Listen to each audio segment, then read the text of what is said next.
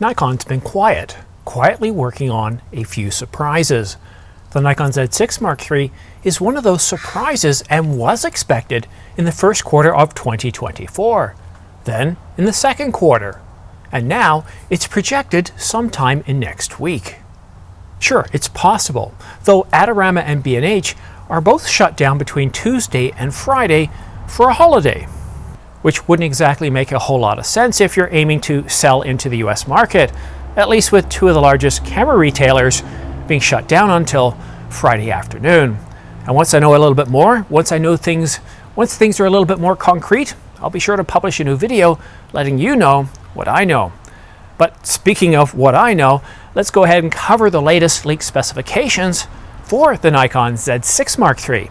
Now, in terms of sensor, obviously it's going to be a full frame sensor. It's going to have a resolution of 24.5 megapixels, and it's going to be backside illuminated. Now, in terms of image processor, well, it's going to have a new image processor, at least new compared to the Nikon Z6 Mark II. And in terms of continuous stills shooting, well, 14 frames per second mechanical, so it's going to be mechanical and electronic, and 20 frames per second electronic with 14-bit RAW. However, it will go up to 120 frames per second continuous shooting, just like the Nikon Z8 and the Nikon Z9, and of course in those modes it's going to be cropped.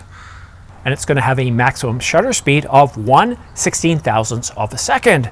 And a growing trend in cameras nowadays is to see pixel shift, and the Nikon Z6 Mark III is no exception.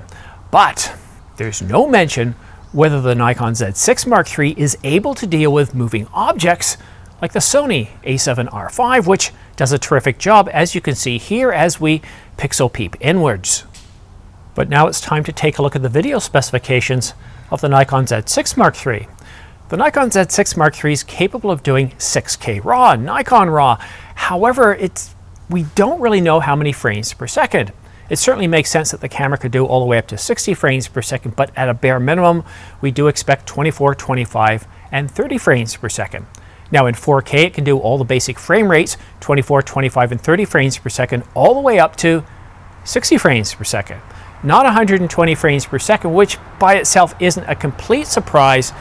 However, when we look at the competition, such as the recently announced Panasonic GH7, it can do 120 frames per second in 4K. But what's also surprising about the Nikon Z6 Mark III, at least according to the latest leaked specifications from Nikon rumors, it's capable of doing up to 240 frames per second in 1920 by 1080.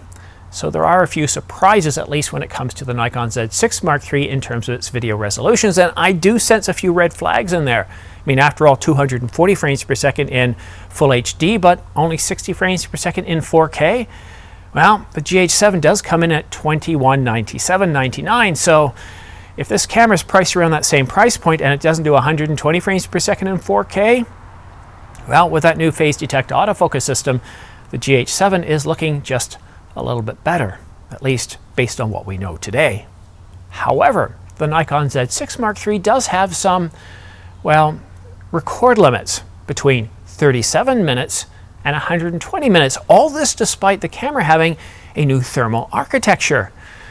I'm not a big fan of record limits, and we're not seeing this in the GH7, and more cameras that are coming out are ditching these record limits.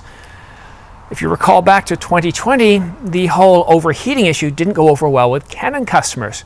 So it really depends on how Nikon implements this with the, well, Nikon Z6 Mark III.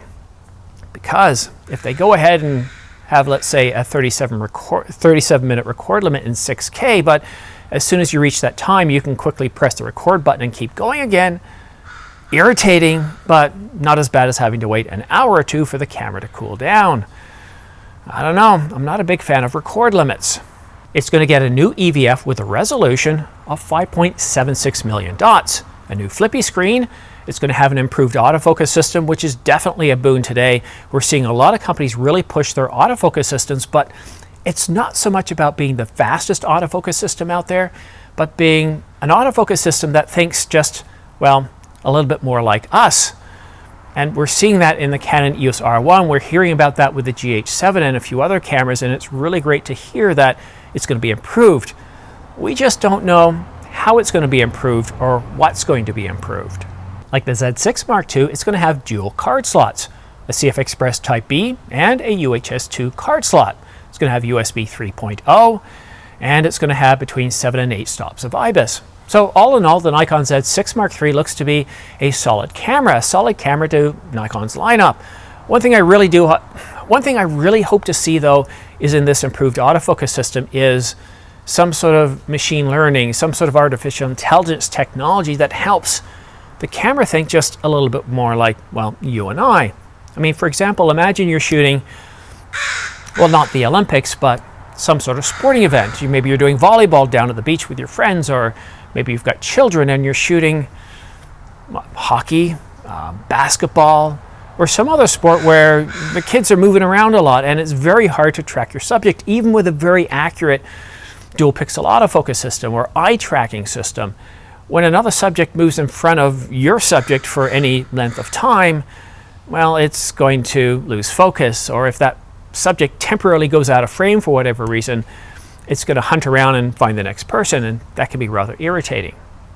But to have an autofocus system that thinks just, well, a little bit more like you and I, that doesn't start hunting and going to the next subject when your subject temporarily goes out of the frame. Maybe they're obscured by something on the court, or maybe another subject gets in the way. To know what you're tracking, whom you're tracking, and to be able to lock onto it and not hunt and pulse, I think that would be really huge here, and that's the sort of improvement I would like to see in the Nikon Z6 Mark III. But what do you think? I mean, these specifications look pretty good, but I haven't received any validation at this point, and if the announcement is next week, well, I'd expect to hear something pretty soon. But this is what we're hearing right now. It was supposed to be announced back in Q1, then Q2, and I know next week is still Q2, but you're not going to get it till at least Q3 if we do get it announced next week. Anyhow, if you're tired of waiting for new gear, I know everybody's being delayed, Canon, Nikon, Sony, Panasonic. However, one thing you might want to consider doing is taking advantage of some of the deals that are on right now. Take a look at the predecessor, the Nikon Z6 Mark II. That's a pretty good sale. The Nikon Z7 Mark II, also a very good sale. But if you're interested in looking at other camera manufacturers as well, then definitely do so, because Nikon and Canon also have really terrific deals on right now. And of course, you should pay attention to Panasonic's recent announcement of the GH7. It's a very capable camera coming in at $2197, although it's only available for pre-order right now.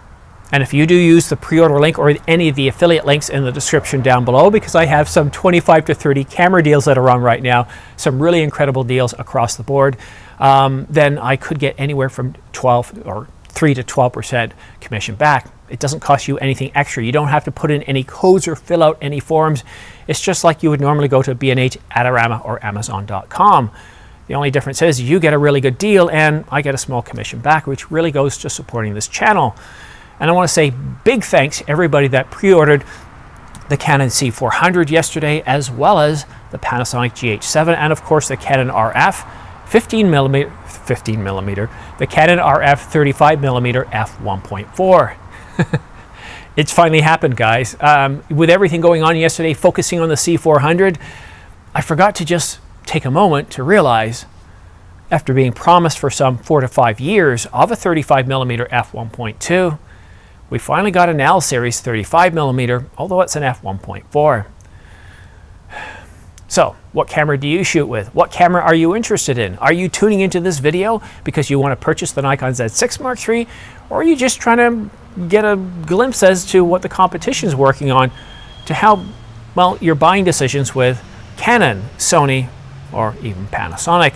Let me know in the comments section down below. But that's it for now. Thank you so much for tuning in. I'm live on location. Well, not really live. This is pre-recorded and I'm editing it later. But this is my final day out on the West Coast, and the weather once again is looking really nice. It's a little bit cloudy and overcast, and maybe throughout this video you've noticed the lighting changed just a little bit because at some points the sun pokes out, other times it's been cloudy, but I've got a little bit of a light on top, which does help with color. So it's not that, one thing about shade is you sort of get that washed out kind of faded look. Anyhow, Thanks so much for tuning in.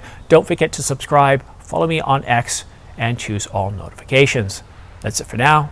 Cheers. Have a good weekend.